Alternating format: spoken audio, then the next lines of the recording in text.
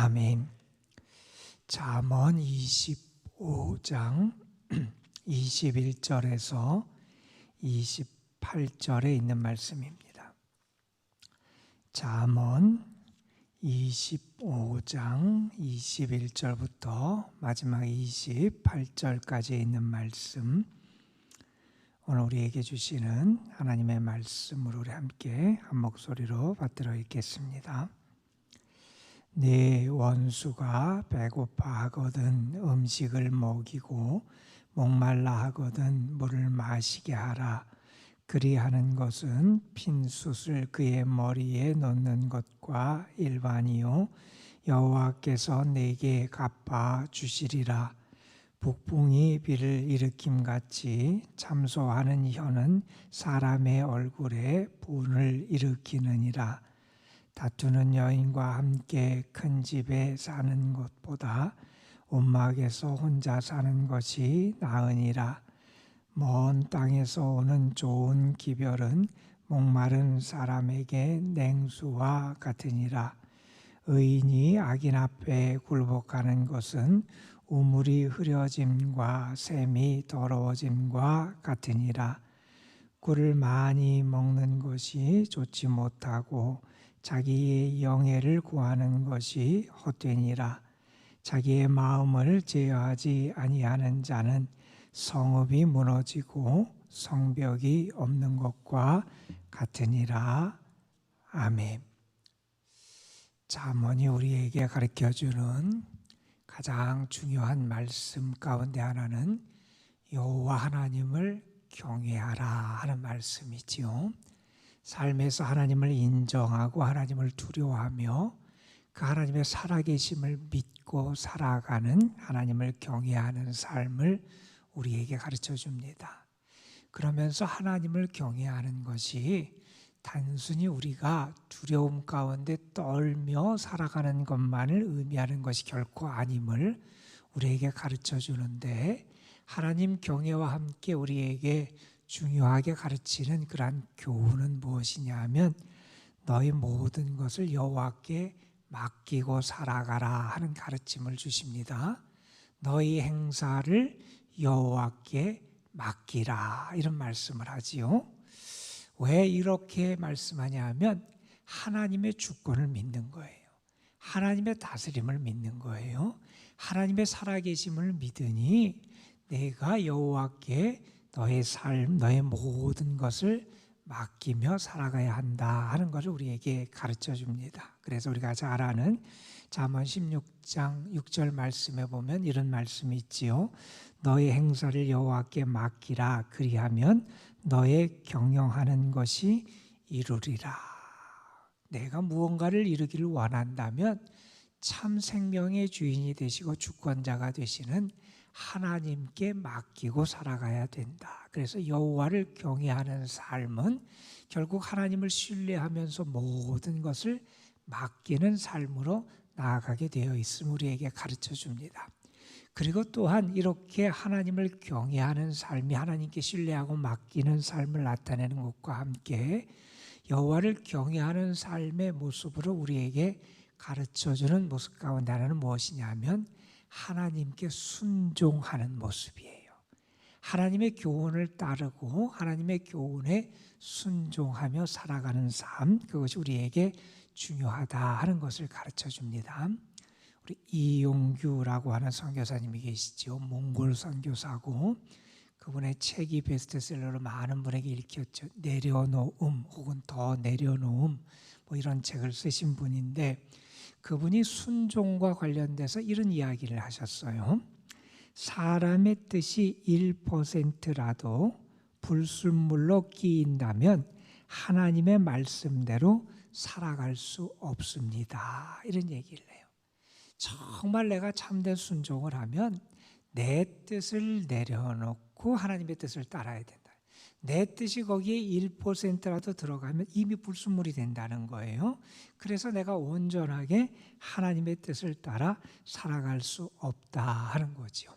우리가 잠언의 모든 교훈을 우리가 읽을 때 우리가 염두에 둬야 되는 것은 하나님을 경외하는 삶을 우리에게 가르치고, 하나님을 경외하는 자가 하나님을 어떻게 섬기며 살아가야 될지를 우리에게 가르쳐 주는 게 이 잠언의 교훈이다 하는 것을 우리는 잊지 않아야 할 겁니다.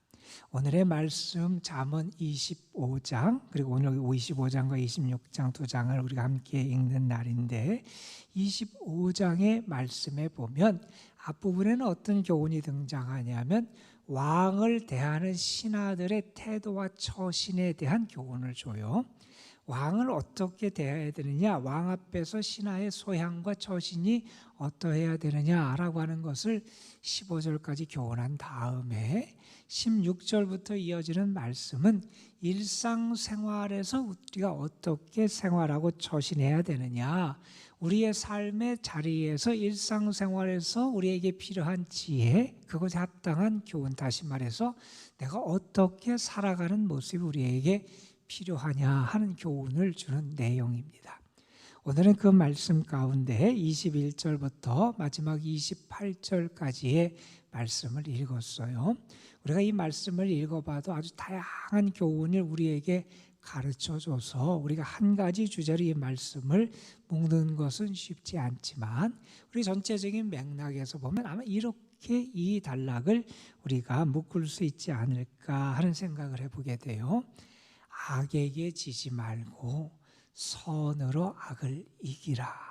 바울 사도가 로마서 12장에서 권면한 말씀인데, 악에게 지지 말고 선으로 악을 이겨나가는 삶을 우리의 일상의 삶의 자리에서도 우리가 살아갈 수 있어야 한다 하는 것을 우리에게 가르쳐 주지요. 그래서 우리가 원수를 대할 때 어떻게 해야 되느냐, 우리가 우리의 혀를 또한 어떻게 다스려야 되느냐, 또한 우리의 삶에서 내가 악인에게 굴복하지 아니하는 그러한 삶을 살아갈 것을 당부하는 그러한 권면의 말씀들을 우리가 여기서 만나게 돼요. 특별히 오늘 말씀을 우리가 뒤에서부터 읽어보면 27절, 28절에 보면 우리가 삶의 자리에서 무언가에 내가 욕망에 이끌려서 무절제하게 욕구를 따라 살아가는 사람이 아니라 절제하고 자제하는 것이 우리의 삶에 필요하다. 우리가 맞지요? 아무리 좋은 것이랄지라도 그것이 과할 때 그것이 과유불급이라고 하잖아요. 지나친 것이 좋지 않다는 말을 우리가 많이 하는데, 그런 말을 합니다. 꿀도 너무 많이 먹는 것은 좋지 않다. 아주 달콤하고 맛있는 꿀도 너무 많이 먹으면 좋지 않다. 그것처럼 영예를 지나치게 추구하는 것 좋지 않다. 내가 명예, 세상의 영예, 그것은 명예 좋지요. 내가 명예스러운 사람이 되고 영광스러운 사람이 되고 그거 좋지만, 그것에 이끌려서 영예를 지나치게 추구하며 살아가는 삶, 그것은 우리에게 유익이 되지 않는다. 명예의 노예가 될 수 있어요. 다른 사람을 염두에 두지 않고 살아갈 수 있기 때문에 그래요. 또한 28절에서 이렇게 말합니다. 자기의 기분을 자제하지 못하는 사람은 성이 무너져 성벽이 없는 것과 같다. 자기의 기분, 자기의 마음을 자제하지 못하는 사람은 어떤 사람과 같으냐? 그것은 마치 성이 무너져 성벽이 없다는 거예요. 성벽이 있어야 대적이 올 때 막아줄 수 있잖아요. 그래서 성벽이 무너졌어요. 대적을 막아줄 수가 없어요. 공격하는 대적을 맞서서 자신을 보호할 게 없어요. 어떤 사람이 자신의 마음, 자신의 기분을 자제하지 못하게 될 때, 이렇게 욕심에 이끌려서 살아가게 되고 자신을 자제하지 못하게 될 때, 그것은 결국 나에게 득이 되고 나에게 도움이 되고 유익이 되는 게 아니라 오히려 나에게 해가 되고 내 삶의 보호막을 없애버리는 것 같은 어리석은 일이 될 수밖에 없다 하는 그런 얘기를 합니다. 그리고 또한 23절, 24절에 보면 이런 얘기를 하지요. 북풍이 비를 가져오는 것처럼 다른 사람을 참소하고 헐뜯는 혀는 얼굴에 분노를 일으킨다 하는 얘기를 해요. 맞지요? 우리가 다른 사람에 대해서 참소하는 혀, 헐뜯는 말을 하게 될 때 그 사람의 얼굴빛도 어두워지고 그 사람의 분을 내게 되어 있잖아요. 그것이 결코 좋은 영향을 끼칠 수 없잖아요. 어떤 사람이 재미있는 얘기를 했더라고요. 맞는 것 같아요. 우리 입에서는 침이라는 게 나와요. 침이라는 것이 갖는 게 여러 가지 기능이 있지만 침이 또 살균 기능도 있잖아요. 그래서 침이 안 좋은 게 들어올 때 침을 통해서 살균하기도 하고, 또 침이 없으면 음식 맛을 또 제대로 느낄 수 없대네요. 그래서 침이라는 게 우리에게서 참 중요하고 소중한 그러한 우리에게 있는 그러한 성분인데, 이 침이 입 밖으로 나오면 깨끗하다고 말할 수가 없어요. 그렇잖아요. 침이 밖으로 나올 땐 우리가 침 오고 더럽다고 말하잖아요. 우리의 말이 그렇게 되기가 참 쉽다는 거예요. 우리의 말이 내가 내 말을 어떻게 하느냐에 따라서 나의 삶뿐만 아니라 다른 사람에게도 악한 영향, 부정적인 영향을 끼치기 쉬운 게 정말 이 입, 혀의 그러한 권세다라는 것을 우리가 다시 한번 깨닫게 됩니다. 뭐 이런 얘기도 하지요. 다투기를 좋아하는 사람과 넓은 집에 사는 것보다 혼자 움막에 조그만 데 사는 게 오히려 나을 거다. 오히려 나쁜 환경에, 좋은 환경에 살면서 불화하며 사는 것보다 나쁜 환경에서 행복하게, 화목하게 사는 게 더 좋다 하면 맞는 얘기. 이러한 우리의 일상생활에서 일어날 수 있는 여러 가지 삶의 자리에서 우리가 어떻게 자제하고 무엇이 더 현명한 삶인지를 우리에게 교훈하는 내용을 담고 있는데, 이 말씀 가운데 특별히 21절, 22절 그리고 26절 말씀을 우리가 조금 주목해 봤으면 좋겠어요. 21절 말씀에서는 이렇게 말합니다.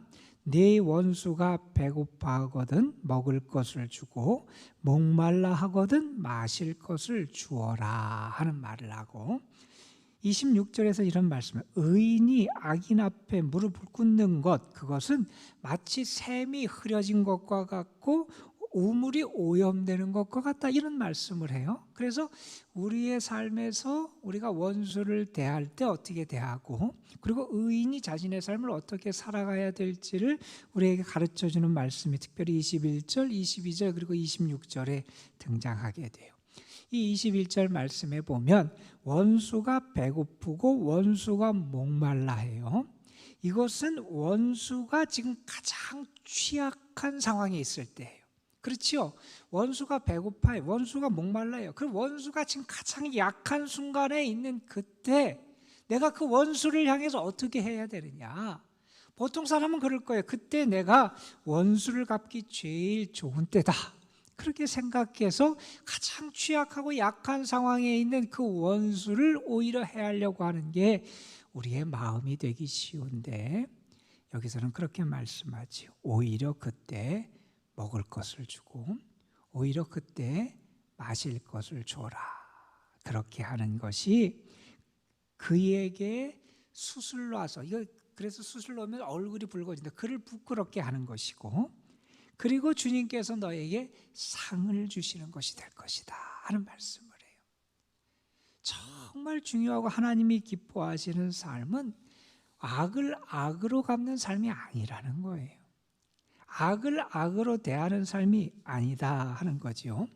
우리가 원수뿐만 아니라 우리의 삶에서 나누고 베풀고 선을 행하는 것이 얼마나 중요한지는 주님의 가르침과 성경의 많은 교훈들을 통해서 우리가 알잖아요.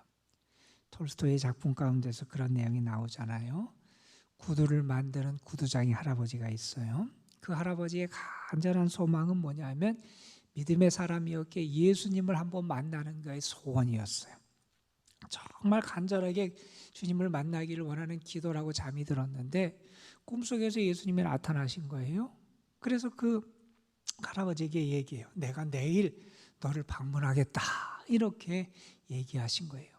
얼마나 기분이 좋았겠어요. 아침에 일어나서 너무나 기뻐서 음식을 장만하고 자기의 가게와 집을 깨끗하게 청소하고 그리고 주님 맞을 준비하려고 기다리고 있어요. 그런데 그날 저녁 때가 되기까지 주님이 찾아오시지 않는 거예요. 그날 그가 만났던 사람은 거지, 그리고 길에서 청소하는 다른 할아버지, 그리고 저녁 때는 사과장수 아주머니를 만났을 뿐이었어요. 그 사람은 주님을 위해서 준비했던 음식을 그 거지에게 대접해줘요. 너무나 불쌍했기 때문이에요. 그 청소하고 애쓰는 분에게 자기 음식을 나누어줘요. 저녁 때까지 다 팔지 못하고 고생하는 그 사과장수 아주머니에게 음식을 나눠주고 대접을 해줘요. 그날 잠이 들었는데 또 꿈을 꿔요. 주님이 또 나타나셨어요. 주님에게 꿈속에서 물어요. 아니 주님, 오늘 저를 찾아오신다 그러셨는데 왜 안 오셨어요? 그랬더니 주님이 그러시잖아요. 내가 오늘 너를 3번이나 찾아갔고 3번이나 너에게 대접을 참 잘 받았다. 우리가 어렵고 힘든 사람을 섬기고 도와주는 것도 주님에게 행하는 것이라고 주님 가르쳐 주시잖아요. 뿐만 아니라 주님은 우리에게 어떤 말씀을 하시냐면 원수에게도 악으로 악을 갚지 말아라 하는 말씀을 하세요. 로마서 12장에서 바울 사도가 하는 말씀입니다. 내 사랑하는 자들아 너희가 친히 원수를 갚지 말고 진노하심에 맡기라. 기록되었을 때 원수 갚는 것이 내게 있으니 내가 갚아주리라 주께서 말씀하시느니라. 내 원수가 줄이거든 먹이고 목마르거든 마시우라. 그리함으로 네가 숯불을 그 머리에 쌓아 놓으리라. 악에게 지지 말고 선으로 악을 이기라. 마태복음에서 예수님이 이런 말씀을 하세요. 너희 원수를 사랑하고 선대하라. 이렇게 주님께서 친히 가르쳐 주시기도 하세요. 또한 예수님은 이런 말씀도 하셨어요. 내 이웃을 사랑하고 내 원수를 미워하라 하였다는 것을 너희가 들었으나 나는 너희에게 이르노니 너희 원수를 사랑하며 너희를 핍박하는 자를 위하여 기도해라. 어느 분이 이렇게 수고하는 분들에게 뭔가 선물을 좀 나눠주고 있었어요. 그런데 그 중에 한 분은 친절하게 잘 도와준 분이 아니었어요. 옆에 있던 분이 그분을 향해서 얘기해요. 저 사람은 친절한 사람도 아니고 잘 도와주는 사람도 아니니까 저 사람한테는 주지 말라고 이렇게 말려요. 그때 이분이 그 자기에게 말리는 그분을 향해서 이런 이야기를 했대요. 잘하는 사람은 고마워서 주고, 잘해서 고마워서 주고, 그렇지 못한 사람은 잘하라고 준다. 이런 얘기를 했대요. 우리의 마음이 조금 넓어질 필요가 있어요. 악에게 지는 게 아니라 오히려 선으로 악을 이기는 모습이 우리에게 필요하다는 거예요. 26절 말씀을 또 이런 얘기를 합니다. 의인이 악인 앞에 무릎을 꿇는 것, 의인이 악인에게 굴복하게 되는 것, 그것은 우물이 흐려지고 샘이 더러워진 것 같다는 거예요. 의인이 악인에게 굴복해서는 안 된다는 거예요. 의인이 무너지면 여러분 샘물이 오염되고 우물물이 오염되어 봐요. 그 공동체, 그 마을 사람들이 다 병에 걸리는 거예요. 의인이 무너지면 안 돼요. 의인은 의인의 삶을 지켜나가야 돼요. 그것을 잘 지켜나가고 살아가야 그 공동체가 살고 그 마을이 살 수 있는 거예요. 악인에게 굴복하는 삶이 우리의 삶이 돼서는 안 된다는 거예요. 세상에서는 우리를 유혹하는 게 많이 있어요. 꿀과 같이 우리를 달콤하게 유혹하는 게 많이 있어요. 우리가 거기에 빠져서 무절제하게 살아가고 마치 불나방처럼 그냥 그것을 향해서 돌진해가는 삶을 살아가서는 나도 불행하고 우리 주변의 사람들도 다 불행할 수밖에 없습니다. 뿐만 아니라 우리가 또한 조심해야 될 것은 우리 믿음의 사람은 하나님의 뜻에 순종하며 살아야 돼요. 하나님 우리에게 뭐라고 말씀하시냐면 원수까지도 사랑할 수 있어야 된다고 말씀하시고 악에게 지지 말고 선으로 악을 이기는 삶이 우리의 삶이 되어야 된다고 말씀하세요. 우리가 선으로 악을 이기는 삶을 살아가게 될 때 오히려 여기 있는 26절의 말씀, 우리 의인이 악인에게 굴복해서 그 물이 다 오염돼서 그 사회가 병드는 게 아니라 오히려 믿음의 사람을 통해서 그 사회가 살아나고 공동체가 살아나는 그러한 역사가 분명히 나타날 줄로 믿습니다, 여러분. 다시 한번 기억하십시오. 선으로 악을 이기십시오. 사랑으로 미움을 이기십시오. 빛으로 어두움을 이기십시오. 참으로 거짓을 이기십시오. 그것이 오늘 하나님께서 여러분에게 주신 사명임을 기억하면서 선으로 악을 이기는 주님의 사람으로 승리하게 되시기를 주님의 이름으로 축복합니다. 기도하시겠습니다. 아버지 하나님, 내 원수가 배고파하거든 음식을 먹이고 목말라 하거든 물을 마시게 하라고 주님이 우리에게 당부해 주셨습니다. 이러한 것은 우리 자신의 결심과 우리의 생각만 가지고는 할 수 없는 길이기에 다시 한번 우리가 하나님 앞에 겸손히 엎드립니다. 정말 여호와를 경외하는 그러한 믿음이 우리에게 있게 하여 주셔서 이 주님의 말씀도 온전히 순종하며 살아갈 수 있는 저희들이 되게 하여 주시옵시고 주의 영이 우리를 도우시고 감동시켜 주시고 주의 영이 우리에게 믿음의 능력을 더하여 주셔서 악인에게 굴복하고 악에게 굴복하는 그러한 저희가 아니라 오히려 선으로 악을 이겨나가고 빛으로 어두움을 이겨나가고 진실함 참으로 거짓을 이겨나가는 주님의 사람들이 될 수 있도록 인도하여 주옵소서. 하나님의 살아계심을 믿고 하나님의 능력을 믿고 하나님의 다스리심을 믿기에 우리가 이 말씀도 순종하며 섬길 수 있는 저희들 되게 하여 주시고 그래서 저희를 통하여 여호와의 영광이 나타나고 주님의 빛이 비춰지고 참된 주의 역사가 이루어질 수 있도록 주님 도와 주옵소서. 오늘도 사랑하는 성도들이 주님 앞에 기도할 때 성령께서 저들을 만나시고 도우셔서 주의 뜻을 따라 살아가고 주의 뜻에 순종하며 살아가고 주의 역사를 이루며 살아갈 수 있는 큰 능력을 덧입게 하여 주옵시며 주님께서 저희들에게 참 지혜를 주셔서 하나님의 마음을 알고 하나님의 뜻을 알고 그 길을 걸어갈 수 있는 저희들이 되게 하여 주옵소서. 오늘도 이 도남동제단에 속한 모든 성도들, 저들의 가정, 자녀손들, 저들이 수고하며 애쓰는 일들, 저들이 소망 중에 기도하는 모든 일들 다 주님 앞에 올려드립니다. 주님, 주의 능력의 손으로 붙잡으시고 도우셔서 오늘도 하나님이 함께 하시는 가운데 하늘의 기쁨과 평안을 경험하게 하여 주시고 어려운 가운데서도 우리에게 피할 길을 열어주시고 은혜의 문을 열어주시는 하나님의 구원의 역사와 도우심을 체험하는 저희들이 되게 하옵소서.